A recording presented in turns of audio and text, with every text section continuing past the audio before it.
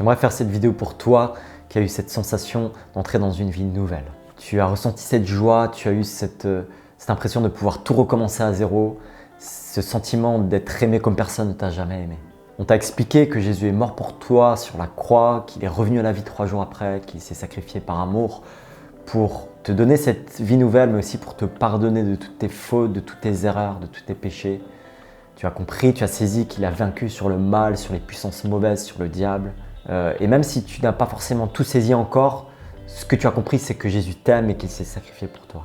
Peut-être qu'un ami t'a partagé cela, peut-être que tu as répété une prière sur Internet ou encore que tu as échangé avec un collègue de travail, avec un membre de ta famille et qu'en répétant et en vivant ce temps de prière, eh bien, il y a quelque chose vraiment qui a changé à l'intérieur de toi-même, quelque chose qui s'est manifesté, quelque chose de profond, de vivant et de réel. J'aimerais, au travers de cette vidéo, te donner quelques clés essentielles qui, je l'espère, vont t'aider à garder précieusement cette foi nouvelle qui est née en toi et qui fait de toi quelqu'un de nouveau, de transformé. La Bible nous enseigne que si quelqu'un attend Christ, les choses anciennes sont passées, voici, toutes choses sont devenues nouvelles. Et les gens autour de toi vont sûrement être étonnés de voir ton comportement changer. Peut-être d'ailleurs que c'est déjà arrivé. Peut-être qu'ils ne vont pas saisir, pas comprendre ce qui t'arrive. Ils vont être étonnés de voir ton visage devenir plus rayonnant, ton comportement changer. Et peut-être que tu vas essayer de leur expliquer ce qui a changé en toi, de leur expliquer ce que tu crois et qu'ils vont te regarder comme un zombie. J'aimerais te dire que c'est normal et que la Bible explique cela. Je cite dans 1 Corinthiens chapitre 2. Et nous en parlons non avec les paroles qu'enseigne la sagesse humaine, mais avec celles qu'enseigne l'Esprit Saint. Ainsi, nous employons un langage spirituel pour exprimer ce qui est spirituel. Mais l'homme naturel n'accepte pas ce qui vient de l'Esprit de Dieu, car c'est une folie pour lui. Il est même incapable de le comprendre parce que c'est spirituellement qu'on en juge. Donc c'est pas grave si les gens, ou même peut-être des amis proches, te regardent un peu bizarrement. Ça peut blesser, mais j'aimerais te rassurer et te dire que oui, ce que tu as vécu, c'est réel et que ce qui vient de l'Esprit n'est pas toujours compréhensible par ceux qui n'ont pas l'Esprit. Ensuite, tu vas sûrement te poser cette question. Qu'est-ce que je dois faire? Qu'est-ce que je dois faire maintenant en tant que chrétien pour être un bon chrétien? Il y a 2 commandements que Jésus cite et qu'il explique comme étant les commandements qui résument toute la loi. Déjà, la Bible nous dit clairement et nous enseigne que Christ est la fin de la loi. C'est très important. C'est-à-dire que quand tu lis la Bible, il ne faut pas que tu commences à te dire « Waouh, il y a plein de choses, plein de commandements, il faut que j'essaie d'arriver à tout comprendre et surtout à tout mettre en pratique. » Jésus nous dit et la Bible nous enseigne qu'il est la fin de la loi. C'est-à-dire que lui, en fait, c'est l'accomplissement de la loi. Et la Bible nous enseigne également que l'amour accomplit entièrement la loi. Il y a ces 2 commandements qui nous sont donnés par Jésus et dans toute la Bible qui résument en fait toute la loi qui sont aimer Dieu et aimer son prochain. Le premier commandement le plus important, c'est tu aimeras le Seigneur ton Dieu de tout ton cœur, de toute ton âme, de toute ta force et de toute ta pensée. Et le deuxième, c'est tu aimeras ton prochain comme toi-même. Donc de ces 2 commandements, eh bien, résument toute la loi. Il y a d'ailleurs un penseur chrétien qui a vécu maintenant déjà il y a quelques siècles, qui s'appelait Augustin, qui a dit ceci: « Aime Dieu et fais ce que tu veux ». Et je trouve cette phrase très intéressante et très juste lorsqu'on réfléchit à qu'est-ce que je dois faire pour plaire à Dieu. Aime Dieu et fais ce que tu veux. En fait, c'est le plus important. C'est comme lorsque tu es dans une relation amoureuse, que tu es avec quelqu'un que tu aimes, eh bien, tu vas tout faire pour ne pas la blesser, pour ne pas lui faire du mal, pour lui faire plaisir. Mais lorsque tu aimes Dieu de tout ton cœur, de toute ta force, de toute ta pensée, les choses qui vont le blesser, tu vas inévitablement les éviter. Voilà, donc aime Dieu et en fait tout le reste, c'est moins important. Le plus important, c'est d'aimer Dieu, ensuite de savoir si tel comportement n'est pas juste, si dans tes paroles tu vas blesser, eh bien plus tu vas t'efforcer d'aimer Dieu de tout ton cœur et d'aimer ton prochain comme toi-même, et plus tu vas entrer pleinement dans le plan de Dieu. Ce qui est intéressant, c'est que dans le monde, la plupart des conflits qui existent sont des conflits d'ordre relationnel. Et Jésus, lorsqu'il nous donne cette clé d'aimer son prochain comme soi-même, il donne en fait une clé qui est incroyable, qui nous donne en fait de vivre en harmonie les uns avec les autres. C'est une clé vraiment précieuse et vraiment importante. Et en fait, tu verras que finalement, ces 2 commandements qui résument toute la Bible, eh bien, c'est le Saint-Esprit qui vont t'aider à les vivre. D'aimer Dieu et d'aimer ton prochain comme toi-même. Aimer, ça veut dire accepter l'autre tel qu'il est. Aimer, ça veut dire pardonner lorsqu'on nous a fait du mal, comme Christ nous a pardonné. Mais avant de réfléchir à ce que tu dois faire, tu dois t'assurer d'avoir bien compris ce qu'est la grâce. Et ça, c'est très important parce que souvent, c'est un peu le réflexe qu'on a quand on vit cette nouvelle vie de chrétien, de disciple de Jésus. On se pose la question, on regarde autour de nous comment les autres chrétiens vivent et on dit mais qu'est-ce que je dois faire? C'est un réflexe de l'être humain de vouloir faire toujours.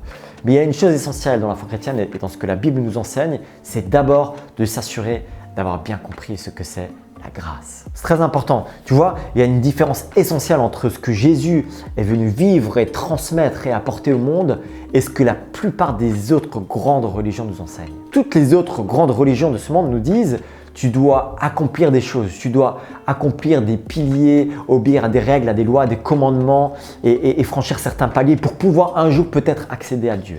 Eh bien, la Bible a un message inversé. C'est-à-dire que Dieu a vu qu'on essayait de se dépatouiller par nous-mêmes, par nos efforts et qu'on n'arriverait pas à atteindre Dieu et à satisfaire sa justice. Et il est venu et il a eu compassion.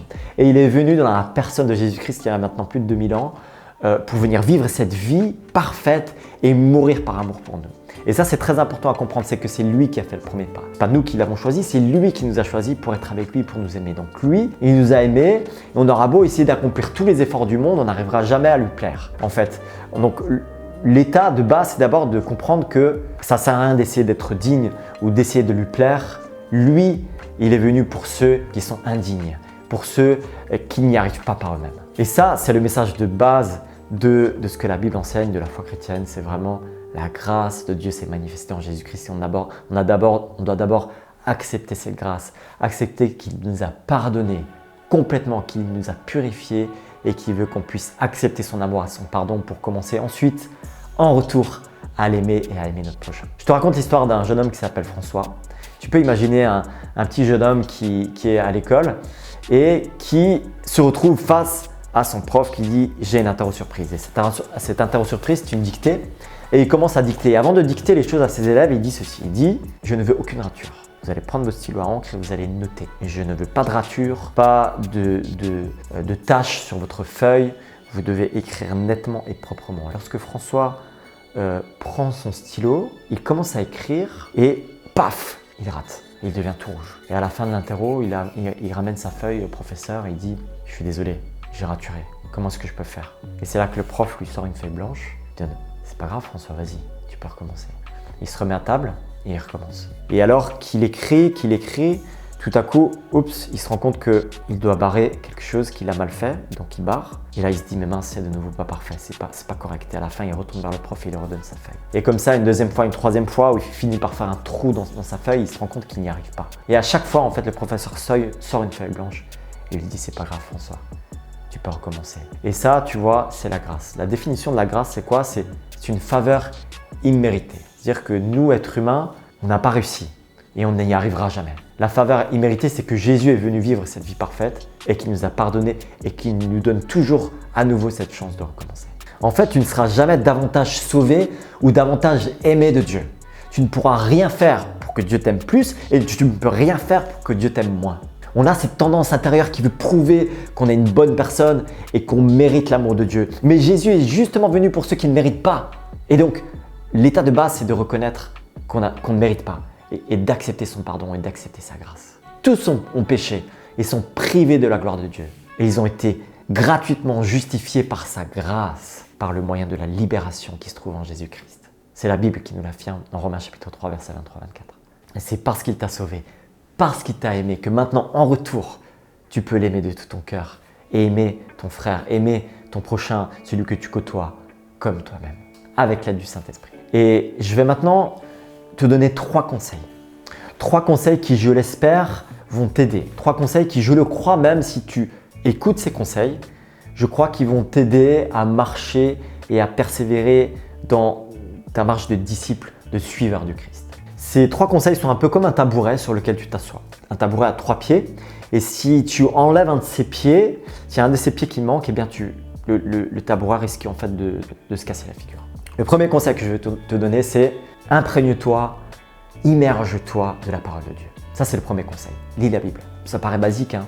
En fait, lorsque la Bible nous dit que la foi vient de ce qu'on entend et ce qu'on entend vient de la parole de Dieu. Ça veut dire que tout ce qui est dans la Bible toutes les paroles qui viennent de Dieu vont nourrir ta foi. Et ça, c'est très important, surtout aujourd'hui dans le monde dans lequel on vit, qui est un monde plein de culture de l'image. Eh bien, on a parfois du mal à s'immerger dans la Bible et à se nourrir de la parole de Dieu. Mais j'aimerais te dire que tu ne pourras pas vivre sans. Tu ne pourras pas te laisser guider sans t'immerger, te plonger dans la parole de Dieu. Tu sais, moi, quand je me suis converti, les 3 premières semaines, ça fait maintenant 18 ans, c'était en 2002, les 3 premières semaines, j'ai lu quasiment toute la Bible en entier. En fait, j'avais tellement soif de comprendre ce qui avait marqué dans cette Bible que j'ai lu la Bible comme un fou. Nuit et jour quasiment. Je travaillais, je rentrais chez moi, je lisais la Bible jusqu'au soir tard parce que je voulais découvrir. Il y avait plein de choses que je ne comprenais pas, mais ce n'était pas grave en fait. Parce que tout à coup, il y avait une parole, un mot qui sortait qui était pour moi, personnellement, que je recevais comme quelque chose venant de Dieu. Et c'est ça qui est important, c'est que ce n'est pas grave si tu ne comprends pas au début.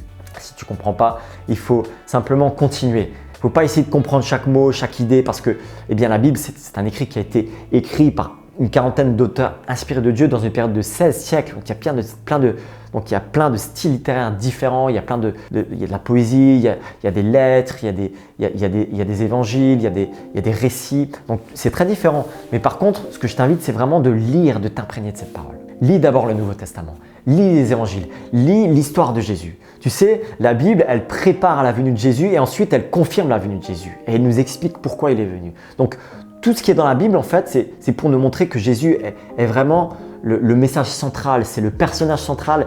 Sa vie et son message, il est central. Donc, c'est vraiment important de commencer par lire le Nouveau Testament, par lire les histoires qui concernent Jésus, sa vie, sa mort, sa résurrection, ce qu'il a dit, ce qu'il a enseigné. Et ensuite, la suite du Nouveau Testament, en fait, c'est tout ce qu'il a enseigné, c'est mis en mots d'une façon plus pratique. C'est des conseils, des encouragements pour t'aider à vivre ta foi nouvelle en tant que disciple de Jésus. Il y a aussi des super applications sur smartphone. Par exemple, YouVersion, c'est une super application qui est une des plus connues où tu peux suivre des plans de lecture par thème, par exemple sur le thème de l'échec, du pardon, de l'amour. Et tu peux suivre ces différentes thématiques, c'est hyper bien fait. Je t'invite à télécharger aussi ces applications. Tu peux écouter la Bible aussi d'une façon audio au travers de ces applications. Ça, c'est super intéressant si tu es plus dans l'audio que dans la lecture. Tu peux aussi, par exemple, suivre un outil qui s'appelle l'évangile.net que tu peux suivre sur Internet. Il y a une chaîne YouTube aussi qui s'appelle l'évangile.net. C'est-à-dire que c'est une partie de l'évangile de Jean que tu vas pouvoir suivre avec des témoignages qui sont incrustés aussi dedans. C'est une façon interactive de lire la Bible qui est aussi très chouette, surtout au début. Et puis, il y a aussi une chaîne YouTube qui s'appelle The Bible Project qui est très intéressante pour ceux qui sont très visuels vraiment parce que The Bible Project, en fait, c'est vraiment toute la Bible qui est illustrée, qui est résumée au travers des graphismes et des images. C'est très visuel, c'est très bien fait en français. The Bible Project en français, vous tapez et vous verrez que je vais mettre aussi tous ces différents liens dont je parle dans la description de la vidéo. Donc premièrement, la Bible, la parole de Dieu. Deuxièmement, le Saint-Esprit. Jésus a dit à ses disciples, « Il est avantageux que je m'en aille pour que je puisse vous envoyer le Consolateur. » C'est un autre mot du Saint-Esprit, le Consolateur. Et c'est très intéressant parce que les disciples de Jésus ont vécu avec lui pendant 3 ans. Ils étaient une douzaine, ils étaient même 70. Il y avait d'autres disciples autour, mais 12 disciples d'une façon plus intime ont vécu avec lui. Et Jésus leur a dit, vers la fin de sa vie, il leur a dit, « C'est mieux pourvu que je m'en aille. » En fait, ce qu'il était en train de leur dire, les disciples ont dit « Mais c'est pas possible, reste avec nous. » Mais ce qu'il était en train de leur dire, c'était « Ne soyez pas trop égoïstes. En fait, tous les autres après vous qui vont croire en moi, ils auront besoin de ma présence. Et pour que ma présence puisse être réelle, je vais me diviser en plein de petits Jésus partout dans la vie de ceux qui me suivent. » C'est ça qui est intéressant en fait. Le Saint-Esprit, c'est la présence de Jésus en toi. C'est la présence de Jésus dans tous les croyants, dans tous ceux qui croient que Jésus-Christ est mort pour eux sur la croix, qu'il est ressuscité. Et dans tous ceux qui veulent suivre ses préceptes, suivre ses enseignements. Et ça, c'est incroyable. Donc tu ne peux pas vivre sans le Saint-Esprit. Parce que le Saint-Esprit va être là justement pour t'aider à vivre, à te battre contre tes pulsions, à te battre contre les tentations du diable. Il va t'aider vraiment à appliquer ces 2 commandements qui résument la Bible, donc aimer Dieu et aimer son prochain. Tu ne pourras pas faire sans. Tu es obligé de compter sur le Saint-Esprit. Et une autre chose qui est intéressante, c'est que la Bible nous dit « Soyez remplis du Saint-Esprit ». Alors d'un autre côté, elle nous dit que lorsqu'on croit en Jésus, on reçoit le Saint-Esprit, lorsqu'on croit en son œuvre, en ce qu'il a fait. Et de l'autre, elle nous dit dans Éphésiens, chapitre 5, verset 18, « Soyez remplis du Saint-Esprit ». Ça veut dire quoi? Ça veut dire que on doit aussi pouvoir animer, on doit pouvoir se laisser remplir de l'Esprit. C'est-à-dire à chaque fois que tu écoutes de la louange, que tu écoutes une prédication, que tu lis la Bible, que tu vis un moment fraternel en communion avec d'autres frères et sœurs, tu vas sentir cela. tu vas te sentir vibrer, tu vas peut-être pleurer, tu vas peut-être avoir une sensation de joie, de plénitude. Ça, c'est le Saint-Esprit. Et ça, il faut pouvoir l'entretenir. Tu vois, c'est comme un brasier où il y a ces braises qui sont là. Si tu souffles pas dessus, si tu n'as pas de feu, si tu l'entretiens pas, eh bien, il va peu à peu s'éteindre. Mais si tu souffles dessus, si tu vis cette communion, si tu lis la parole, si tu écoutes de la louange, de l'adoration, eh bien le brasier va s'allumer et va devenir un feu toujours plus brûlant. Et je crois que c'est ça que la Bible nous dit lorsqu'elle dit « Soyez remplis de l'Esprit ». Et puis finalement, le Saint-Esprit va t'aider à prier. On ne sait pas toujours quoi dire dans nos prières, on ne sait pas toujours comment prier, c'est des fois un peu difficile. On a d'ailleurs fait une vidéo sur ce sujet que Nico a effectuée, que vous retrouvez ici, que vous pouvez visionner après. En tout cas, la Bible va t'aider à prier. Ce qui est intéressant, c'est que souvent, on peut s'imaginer qu'on doit faire des prières précises, un peu élaborées, un peu perfectionnées. Mais le Saint-Esprit, il va t'aider à prier avec le cœur. Et c'est ça qui est important, c'est que Jésus, en fait, dans son attitude, tu vas le voir, lorsque plus tu vas lire, il est sensible aux enfants. Et il va dire « soyez comme des petits enfants ». Et souvent, en fait, ce qui va toucher, c'est cette prière du cœur. Prier comme un enfant. Prier comme lorsque tu parles avec ton meilleur ami. C'est ça qui est intéressant. Et le Saint-Esprit va t'aider à faire cela. Mais il faut bien que tu sois conscient qu'il vit en toi, qu'il est là pour t'aider à vivre ta vie de chrétien, ta vie de disciple de Jésus. Il est même le gage de notre héritage. C'est ce que la Bible nous enseigne également. Il est le gage dans le sens il est l'empreinte. Tu vois, c'est comme les bêtes qui sont marquées au fer rouge. Eh bien, le Saint-Esprit, c'est un peu la preuve. Cette sensation de joie, de paix, ces pleurs que tu peux vivre, c'est la preuve que tu es son enfant. C'est la preuve que tu vis avec lui, qu'il vit en toi et qu'un jour tu seras avec lui éternellement, que tu as la vie éternelle. On arrive au troisième conseil. Donc, premier conseil, lis la parole de Dieu. Deuxième conseil, le Saint-Esprit, sois rempli de l'Esprit, vis avec le Saint-Esprit. Troisième conseil, c'est l'Église. C'est le troisième pied du tabouret. Tu ne pourras pas vivre ta foi tout seul. Tu as besoin de frères et sœurs, tu as besoin de l'Église. Jésus, en fait, il a dit « je bâtirai mon Église ». Et en fait, quand on lit vraiment le Nouveau Testament, on se rend compte que l'Église est au cœur du plan de Dieu. On ne peut pas vivre sans l'Église. On est obligé de vivre, de se frotter aux autres déjà pour appliquer ses commandements. Comment est-ce qu'on peut aimer notre prochain si on ne vit pas avec les autres, si on ne vit pas avec nos frères et sœurs, si on ne se frotte pas les uns aux autres. On vit dans un monde assez individualiste où souvent, même en tant que chrétien, ce que je ressens, ce que je crois est plus important que le reste. Mais c'est intéressant, c'est que quand tu lis vraiment les évangiles et particulièrement le Nouveau Testament, tu te rends compte que la foi est vraiment communautaire. Toutes ces exhortations de nous pardonner, nous soutenir, nous supporter les uns les autres, nous exhorter les uns les autres, ça se fait ensemble. Et on a besoin vraiment de l'Église pour vivre notre foi chrétienne. Tu as besoin de l'Église pour vivre ta foi chrétienne. Tu vas peut-être être surpris par contre de voir que les chrétiens ne sont pas toujours cohérents avec ce que la Bible enseigne. Tu vas peut-être être surpris et déçu d'entendre des personnes parler derrière le dos des autres, d'entendre des chrétiens dire des mauvaises choses. Et tu vas te dire, mais c'est bizarre, je ne lis pas ça dans la Bible. Tu vas avoir l'impression même que certains chrétiens et que ce qui se passe dans l'Église, ce n'est pas cohérent avec ce que la Bible enseigne. C'est aussi un petit peu normal parce que tu vas simplement réaliser que les chrétiens, beaucoup de chrétiens ne sont pas meilleurs que les autres. Ce sont simplement des personnes qui essayent, avec la grâce de Dieu, avec l'aide du Saint-Esprit, de vivre et d'aimer leur prochain et d'aimer Dieu, mais qui ont leurs échecs, qui ont leurs faiblesses, qui ont leurs fragilités. Il y a un jour un homme qui disait « j'ai jamais trouvé une église où j'avais l'impression qu'il était une bonne église ». Et son interlocuteur lui a répondu en lui disant « elle ne sera pas parfaite tant que toi tu es entré dans l'église ». En fait, l'église n'est pas parfaite parce que nous sommes des pécheurs pardonnés. Nous sommes des suiveurs du Christ et toute notre vie, nous allons nous battre avec le péché. Nous allons nous battre avec nos fragilités, nos faiblesses, nos manquements. Et cette église, c'est celle que Dieu perfectionne. On a besoin d'accepter le fait que l'église n'est pas parfaite. Mais en même temps, tu as vraiment besoin de l'église. Tu vois, si tu es un nouveau-né spirituel, tu es un nouveau chrétien, tu as un nouveau-né. Ça veut dire quoi? Ça veut dire que si tu veux vivre ta vie de chrétien sans l'église, c'est comme si un nouveau-né, on le mettait dans la rue sans frères et sœurs, sans parents, qu'on s'attendait à ce qu'il puisse vivre et grandir sans lait, sans être protégé, sans être changé, sans être nourri. C'est impossible. Donc vraiment, l'église, en fait, c'est incontournable pour vivre ta vie de nouveau chrétien, né de nouveau. Tu as besoin d'amis chrétiens, de frères et sœurs qui vont t'aider à découvrir la meilleure version de toi-même. Tu as besoin aussi de personnes avec qui tu vas partager tes fardeaux, avec qui tu vas confesser tes péchés. Il y a un texte qui nous dit ceci: confessez vos péchés les uns aux autres et priez les uns pour les autres afin que vous soyez guéris. Et ça, c'est une clé incontournable de pouvoir te retrouver avec des sœurs, des frères avec qui tu partages tes fardeaux, tes difficultés et avec qui tu confesses tes péchés. Tu vois, moi, ça fait 18 ans que je suis chrétien, j'ai encore des frères de confiance à qui je peux dire mes fardeaux, à qui je peux partager mes luttes, mes tentations et avec qui on confesse nos péchés pour guérir, pour grandir ensemble, pour expérimenter la grâce. On ne peut pas vivre notre foi tout seul. Dieu nous a créés pour être en relation, de même que lui-même est en relation depuis toujours entre le Père, le Fils et le Saint-Esprit dans une relation d'amour. Nous sommes appelés, nous, à vivre cette relation d'amour en Église. 3 choses, 3 conseils que j'aimerais te laisser vraiment dans cette vidéo qui sont très importants à mon sens. La première, c'est la parole de Dieu. Tu as besoin de te nourrir de la Bible, de la parole de Dieu pour grandir. Et le Saint-Esprit va t'aider à le faire. Le Saint-Esprit, c'est incontournable. C'est celui qui te relie avec l'histoire de Jésus-Christ il y a 2000 ans. C'est sa présence en toi aujourd'hui et tu as besoin d'être rempli, toujours plus d'être rempli de l'Esprit pour grandir, pour lutter contre les tentations de ce monde. Troisièmement, l'Église, c'est la communauté, c'est cette communauté chrétienne, c'est ses frères et sœurs avec qui il est doux d'être ensemble.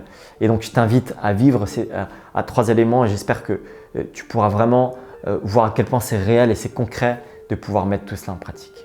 Alors, peut-être que tu t'es converti devant ton écran, peut-être que tu fais partie de ceux qui ont été touchés à travers une vidéo ou que tu te sens un petit peu tout seul et que c'est un peu difficile pour toi de savoir mais quelle église je dois rejoindre. Pour cela, n'hésite pas à nous écrire et à nous dire où c'est que tu te situes en France. On a pas mal de réseaux, de contacts, d'églises un peu partout en France ou en francophonie. Donc n'hésite pas vraiment à nous écrire à ce sujet. J'aimerais pour terminer te raconter une dernière petite histoire. C'est une histoire que Jésus a lui-même racontée dans la Bible à plusieurs reprises. Une histoire qui s'intitule la parabole du semeur. Jésus racontait des paraboles en fait. Il utilisait les éléments quotidiens des gens pour exprimer ses idées parce que beaucoup travaillaient dans les champs. Et donc, il comprenait bien ce que cela voulait dire de semer dans les champs. Et lorsqu'il raconte cette parabole, en fait, il met en avant clairement que, à travers cette parabole, que nous avons un ennemi, donc le diable, qui va tout faire pour nous faire douter, pour atténuer cette foi qui est en nous.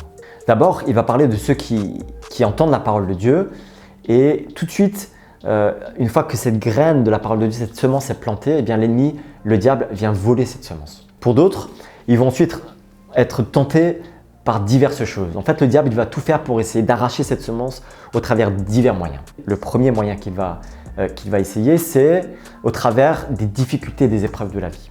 Des difficultés, des épreuves de la vie qui sont liées notamment à ta foi. Lorsque tu crois, lorsque tu exprimes ta croyance autour de toi, tu vas peut-être trouver du rejet de la part de ta famille, de tes amis. Tu vas souffrir ce qu'on appelle la persécution. Aujourd'hui dans le monde, un chrétien sur 6 ou 7 est persécuté, littéralement persécuté, ça veut dire que parce qu'il est chrétien, on le discrimine, on le pourchasse ou même parfois même il est menacé de mort. Peut-être que tu ne le vis pas à cette échelle, mais tu vas vivre ces épreuves et ça va être difficile pour toi de te dire est-ce que ça vaut vraiment le coup.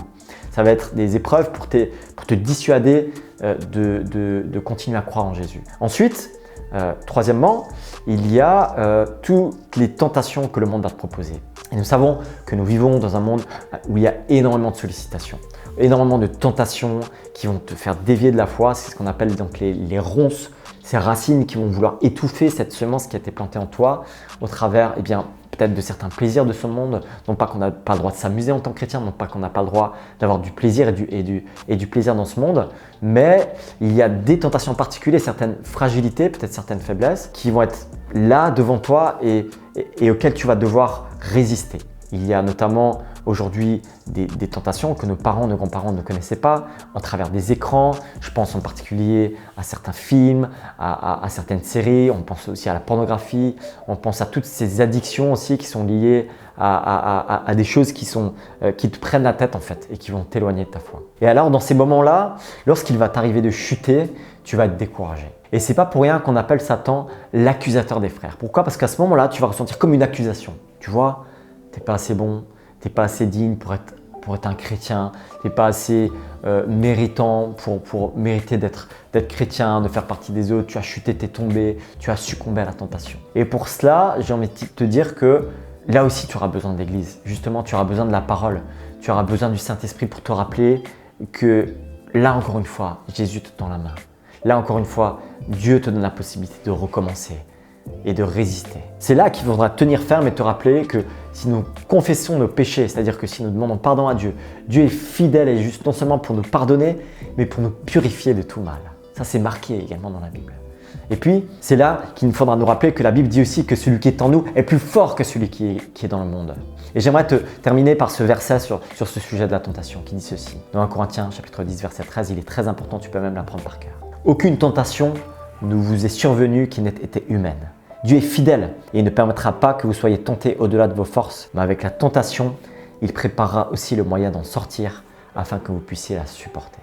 Donc il n'y aura jamais de tentation au-delà de tes forces. Même si parfois tu as l'impression, Dieu te donnera toujours le moyen d'en sortir. Tu ne pourras jamais dire « Ah bah c'est de la faute de Dieu que je suis tombé, il ne m'a pas donné la force nécessaire ». C'est toujours toi qui vas décider de succomber ou de tomber, de céder à la tentation. Et donc, je veux vraiment t'encourager à prendre ces versets, justement à te nourrir de la parole pour résister face à cette tentation et aussi à confesser les choses avec d'autres frères pour devenir plus fort et pour grandir de plus en plus, pour pouvoir résister à toutes ces tentations qui sont là devant toi. Pour terminer, il y a une chose encore que la Bible nous enseigne lorsqu'on devient chrétien et qui est très importante. C'est qu'on est appelé à partager notre foi.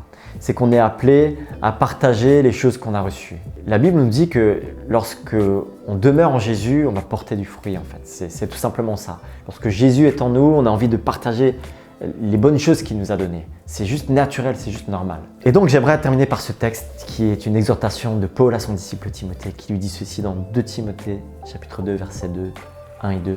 Toi donc mon enfant, fortifie-toi dans la grâce qui est en Jésus-Christ. Ce que tu as entendu de moi en présence de nombreux témoins, confie-le à des personnes fidèles qui soient capables de l'enseigner aussi à d'autres. Fortifie-toi d'abord dans la grâce, hein, tu te souviens, cette compréhension de la grâce, tu as besoin toujours de te rappeler ce que c'est la grâce. Et ensuite, ce que tu as entendu de moi de la part de nombreux témoins, confie-le à d'autres. Ça veut dire que ce que tu as reçu, tu n'es pas appelé à le garder pour toi. Et tu verras, une des autres fonctions du Saint-Esprit, c'est t'aider à partager ta foi. Et ça, c'est fondamental. En fait, le fait de partager ta foi, ça va aussi te faire revenir vers les bases de ta foi. Tu devras les formuler, tu devras aider les autres à comprendre et à verbaliser ta foi. Et ça, c'est très important. Donc, je t'invite à réfléchir à cela. On a vu que les 3 conseils que je t'ai donnés, hein, la parole, le Saint-Esprit et l'Église, et puis aussi les conseils pour t'aider à résister à la tentation, à résister et à tenir ferme dans la persécution. Et puis dernièrement, c'est quelque chose de naturel en fait qui est normal, c'est de partager ta foi autour de toi. En fait, ce qui est anormal, c'est de ne pas le faire. Donc je t'invite vraiment aussi à le vivre tout cela en Église, avec des frères et sœurs. Merci de m'avoir écouté jusqu'ici. Toutes ces choses dont je t'ai partagé, toi qui es nouveau chrétien, nouveau dans la foi, ce sont des armes dont tu as besoin. Ce sont les armes dont tu as besoin pour marcher dans la foi, pour tenir ferme.